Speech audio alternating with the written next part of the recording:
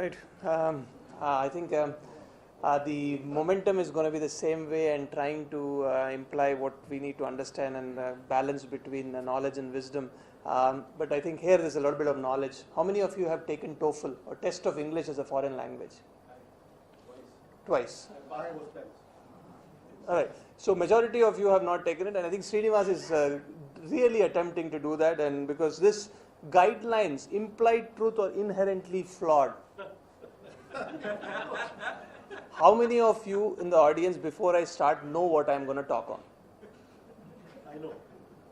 You have passed TOEFL. All right, so you need to have a test of English as a foreign language. So what I did was, so that when I saw the talk, I said, okay, I'm going to use, is it a philosophical talk? Is it a debate? Is it a scientific talk? How do I spin it? Talks are about spinning it, isn't it? So talks are about giving my viewpoint. This is how the evidence-based medicine, it's an evidence-based medicine. I can speak whatever I have the mic. You guys don't have the mic. So I can spin and give it a spin in any way I want it, but I want to give it a spin and I want to be balanced, and I'll do that. So what I decided is I'm going to define everything from the English Oxford Dictionary and then see what we can make out of it and then go along with it. So let's look at a guideline. So guidelines mean a general rule, a principle, or a piece of advice. As Rahul rightly pointed out, my mother always gives me a hug when you cross the road, or walk on the footpath before you, when you cross the road, or those kind of things. Those are guidelines. So the organization has issued guidelines for doctors managing sepsis, and we talked about how badly the surviving sepsis guidelines were then, how the IDSA did not accept the guidelines in those days, and now they have come up with 2017, they have come up with an article to say we never accepted it, and that we are pulling it out. So the next word that comes in is, what is the word? It's called imply, and it's actually the implied is what he used, Srinivas. So verb, it's a verb which means implied. So it means to indicate the truth or existence of something by suggestion rather than explicit reference. So you're suggesting that there might be a truth, but you're not actually saying that there is a truth in it. So it is like saying, I love my wife dearly. It's an implied truth. So that's what we are saying, that it's an implied truth. All right. So second, so there's an implication that there is probably a truth might exist. And so what is truth then? So the next is, what is truth? The quality or state of being true. So that is which is in accordance with fact or reality. And this is where you need to know law. What's the difference between fact and evidence? We heard Dr. Sonawala speak eloquently on this last week in Mumbai. And what is the difference between fact and evidence? Or both the same? If I ask you, the answer is no. So the answer is no, because I'm asking you that question. So the answer is no. In a legal question, if you were in a law, fact is something which can be proved. Like I was born on 29th September so-and-so date. I'm not going to tell you the year. So it can be proven. There is a birth certificate, of course it can be forged. But then somebody can find out if it's a forgery or not. So you can come up with multiple tests to find out what's a fact. Evidence is that I think he's about 45 years old. I can vouch on it. Gita pe haath rakh ke kasam khata hu ki Dr. Saab 50-45 ke upar nahi hai. So that is evidence. Dr. Ram will vouch for it. In fact, he will say that I'm wiser than my age. He will even say that. He will even vouch on that, put a hand on the Gita and say that. So it doesn't make any difference. That's evidence. An expert, renowned expert in the field of critical care, has given two evidences here about my age as well as about my wisdom. Isn't it? But is this fact? No. The answer is no. So that's the difference between a fact and this thing. The last word which he used is flaw. So what does flaw mean? So, no, there are two more words actually. This lecture is going to go on dictionary only. A mistake or shortcoming in a plan. So that means, is there a flaw, means is there a problem in, so whatever is your planning has gone wrong. And inherent is the last word that he used, that means it exists in something as a permanent, essential or characteristic attribute. So like we say, any form of surgery has an inherent danger. So if you come to the ICU, what does the public think about ventilator? Ventilator matlab? Yeah. So inherently you know he's going to die. We try to give evidence, no, we have 17% rate of getting out of the, don't let the inherent nature, let people think that he's going to die. All right. So that is the inherent nature. So now I'm going to break down this topic for the layman. I use 5 words which I also had to take a long time to understand what it is. So the topic for the layman is, guidelines are facts only by suggestion, and therefore it has an inbuilt characteristic that is going to reduce its effectiveness. Alright, so I'm going to prove this now.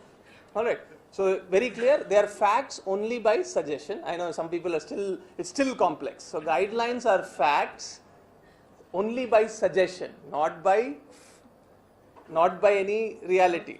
And like a Cochrane. it is like a Cochrane. No, this is not Cochrane. This is like a legal analytical mind. That's all.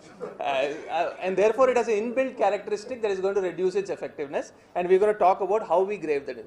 So, clinical practice guidelines, I think Rahul and Dhruv Chaudhary sir referred to this, are recommendation on how to diagnose and treat a medical condition. They are obviously you need it. So, if tomorrow if you have a patient of pyelonephritis, urologist comes and says, I need to put a stent. Another urologist comes and says, I need to do a nephrectomy. Medicine specialist says, no, you can treat with antibiotics. Family says, which will cost what?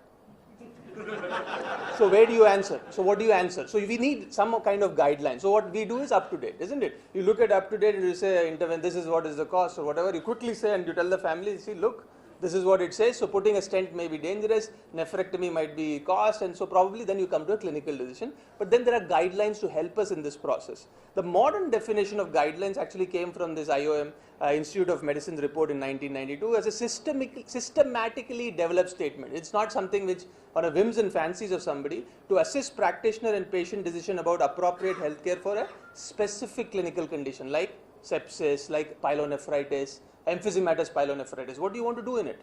So that's a specific clinical question. So the question is, how do we develop these guidelines? So you first form a committee. So the first people sitting all in the front row become part of the guideline committee, isn't it? So you become part of the guideline committee. So include specialists to cover all the important aspects of the medical condition. It's led by a member of the medical association responsible for the medical condition. So then like sepsis is part of IDSA, but they never were part of the surviving sepsis guidelines. So the infectious disease specialists feel that they should also be a part of it, but it never was inclusive. Second, you have to collect information as much as possible from different sources and assess based on the evidence-based guidelines that you have, and various assessment and opinions of the committee members are discussed and taken into consideration when writing the guideline. In other words, the recommendation is amongst a room of people who come to a consensus and write a guideline, and this is what it needs to be done. And the last one is that you're going to have a committee members have to declare any conflict of interest, which unfortunately they never do. So you don't have a conflict of interest in the sense who sponsored your meeting. So if Eli Lilly sponsors your meeting, then obviously Zygris is going to be good for you. So if somebody else sponsors your meeting, so you're going to have that bias, but they have to work for a pharmaceutical company that makes medication. So again, this subconscious conflict of interest is also very significant that we need to have. Because these guidelines have gotten so much into popularity, there are now the British Society, the NICE guidelines, as well as the National Guidelines Clearinghouse has now been established by the Agency for Healthcare Research and Quality. Is that to make the whole aim is to make healthcare safer, higher quality, more accessible, equitable, and you have mission statements like the Apollo Hospital mission statement, isn't it? So you have all those things like any good organization. You have organizations which now have 2,300 guidelines out here. You can go through there and find out anytime you want any guidelines free of cost at any point in time. So this is it. So what criteria must guidelines meet when you publish it? So as I said, the guidelines must contain systematically developed recommendation strategies or other information to assist healthcare decision making in specific clinical conditions. The guideline must have been produced under the auspices of a relevant professional organization like the ISCCM or so on and so forth. The most important thing is the guideline development process must have included a verifiable systematic literature search and review of existing evidence published in peer-reviewed journals. So your guidelines are going to come from evidence-based medicine, isn't it, based on what we are saying here? And then the guideline must be current, and you must have researched the data in the last 5 years. So what kind of evidence? So the question is, what kind of evidence do you want to look at? So you want clinical practice should be based on the best scientific evidence. But how do you define the best evidence? Is it scientific or is it biostatistics? You know, you look at the confidence interval. So when we look at evidence-based medicine, as we have eloquently listened to so far, is that a fundamental premise on which EBM is founded is the ability to grade the studies. We talked about the quality of a randomized controlled trial, but how do we grade it?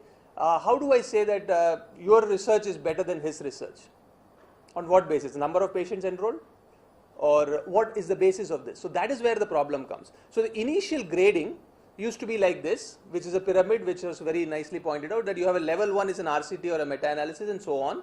And we have looked at case series have go to. So, but what is the problem with this grading system? So you are going to look, a bunch of people are going to sit in a room and decide what is the recommendation for fluid resuscitation in septic shock. We're going to look at the SAFE study, we're going to look at all the study, and we're going to look at all that is published, and then we're going to say, okay, SAFE study will come top because it's got 7,000 patients, that's the highest possible patients, so that will automatically give us a weight, and then we have a problem. So what is this grading system, and why is this grading system flawed? The one is that the grading system is detached from scientific theory, isn't it? The grading system has no way in which you can. So if you look at homeopathy versus allopathy, if you do a meta-analysis of homeopathy, so what is the problem with homeopathy? Scientifically, what is the problem? Scientifically, the problem with homeopathy is if you start diluting a drug in a concentration which is less than its Avogadro number, that molecule does not exist. That is the chemistry that we all know, that is all the biochemistry that we have all been taught. So if you dilute a substance to such a concentration that is less than its Avogadro number, there is no point in doing this, isn't it? This is class 9, class 10, we have learned this chemistry, and suddenly you cannot ask us to change this chemistry and then start believing in it. If you have to do a meta-analysis of homeopathy versus allopathy, you will find that the odds ratio is 2.65 in favor of homeopathy. So we all should leave allopathy, but there is no scientific evidence. So that is the first problem. The second problem is grading in research have failed in all other disciplines. You know, how do you grade, say, this is what is called as the logical positivists or philosophers who are used to saying different schools of philosophies have been contrasted. There are two fundamental, as I said, the dissociation of facts from scientific theory, which is a sort of homeopathy versus allopathy, and there is no empiric testing. That means if you have all attempts to grade, you cannot say that Dr. Ram's research is better than somebody else's research, isn't it? So there is no way, no field of inquiry other than clinical science, clinical medicine attempts to grade your science and say this person's research is better than this person's research, or this person's validity is, because it's not. This is completely what is called as an aberration to how we actually look at guidelines. So what has happened is, obviously these kind of objections have been there for the last 20 years, ever since the advent of EBM in 1992 onwards. So now there are modifications in grading. So now if you look at any of the journals of the surviving sepsis guidelines, they have changed. The 2002 was the old system of grading that I showed you. Nowadays they use this kind of a grading system. So the grading system will be randomized trials and observational study, but finally we will come with high, moderate, low or very low. So high means that further research is very unlikely to change the topic. Like in the sense this is proven. There is no reason to do any further trials. Moderate means further search is going to have an important impact on the decision and may change the estimate. Low means further research is required, and very low means that whatever the trial has been done is useless so far. So what we look at, and then they come up with recommendations. They say strong recommendation or weak recommendation, and strong recommendation is based on the high quality evidence that you are doing. But what we forget is that the factors that may decrease the quality is the risk of bias, inconsistency, indirectness, imprecision and publication bias. These 5 things we are not very used to looking at it, and we talked about this in the last, we heard about this in the last talk, is that we are the only thing that evidence-based medicine and an RCT does it reduces your assignment bias, it reduces random error, it minimizes systematic error, but it does nothing for internal validity and external validity. So as I said, what is doing is that if you look at any guidelines for mechanical ventilation or weaning from mechanical ventilation, you look at LI studies, you will realize that a majority of the patients, when you compare at the wean of mechanical, if you look at the 2 control arms, one was given SIMV, the other was given TPs. So you cannot compare these. Internally they are not valid, and then you say the duration of mechanical ventilation is shorter in a patient with TPs, and then say that sedation should be stopped. The amount of tangential thinking that happens is significantly problem. So the guidelines, the grading system is inherently flawed. So the belief that randomization can cancel out every other errors that can happen in a clinical trial is the most elementary for making the mistakes that we are doing in this thing. So when we talk about guidelines, this is what is called as the 20 commandment theory. You know that, isn't it? With due respect to all religions. Moses came down the mountain with 20 slabs. Halfway through 10 fell down. So he came down and said, I have 10 commandments. So we have 20 commandments like this. So statistically recommended guideline is that on a precision. So you have to have a precision that you want to do. So you are going to have a look at the confidence interval, which is what. So question is, can guidelines do harm? Can guidelines do harm? And this is on very beautifully shown in this study that if you say that NIV should be given only in COPD and heart failure, and you become dogmatic about it, and you don't let NIV to be used in anybody else, what will happen? So this is before the guideline of introduced, 35% of patients with condition other than COPD and CHF were intubated. Alright, but after the guidelines, 100% are intubated because you said I'm going to follow the guideline. So guidelines have to be careful. So now what we have done is to change this tag. Yes, guidelines have a lot of problems. It's inherently flawed.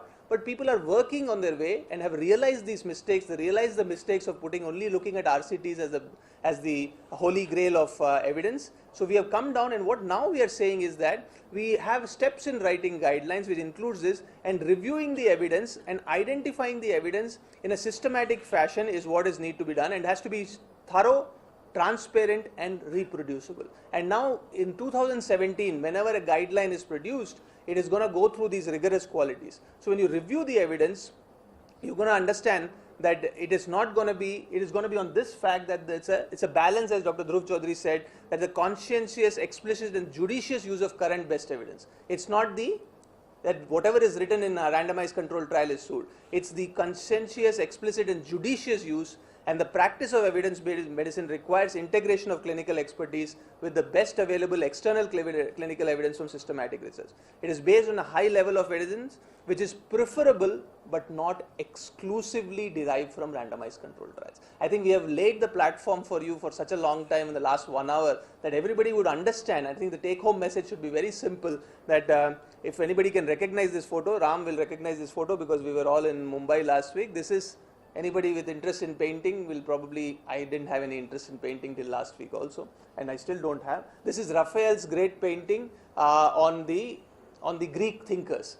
So you can see Aristotle and Plato, Aristotle pointing to the universal wisdom, that means everything is in the heavens, and Plato's hands are down pointing to the earth, saying that you have to apply scientific or universal principles with practical wisdom. So this is what Dhruv Chaudhary wanted to say, and I think stolen his slide and just put a picture to put it into words, that you have to understand that guidelines are inherently flawed in whatever English that you understand, that they are inherently flawed based on the way the evidence is graded.